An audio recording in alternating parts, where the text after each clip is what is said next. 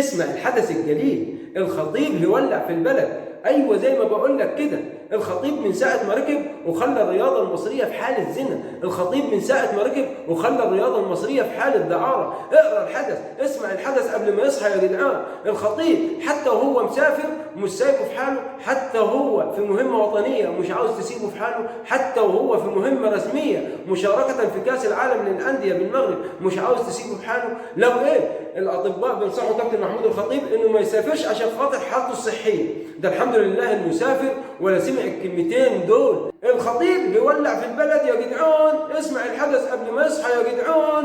طب خد دي، هو ليه الزملكاوي مش بيركب الاسانسير مع الاهلاوي؟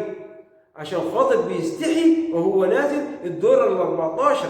طب خد دي، امتى الزملكاوي يركب الاسانسير مع الاهلاوي وهو منشكح يهابي؟ لما يكون واخد البطوله وهينزل الدور ال 15، لما يو اندرستاند. طب خد دي، امتى الاهلاوي ما يركبش الاسانسير مع الزملكاوي؟ جاوب انت، سهله، قول.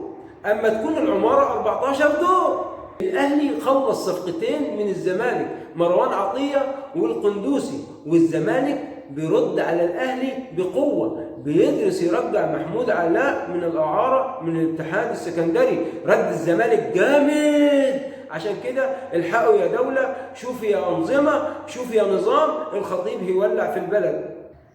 اصور لي وافتخر. لو عجبك الفيديو لايك وشير عشان الفيديو يلف في كل مكان.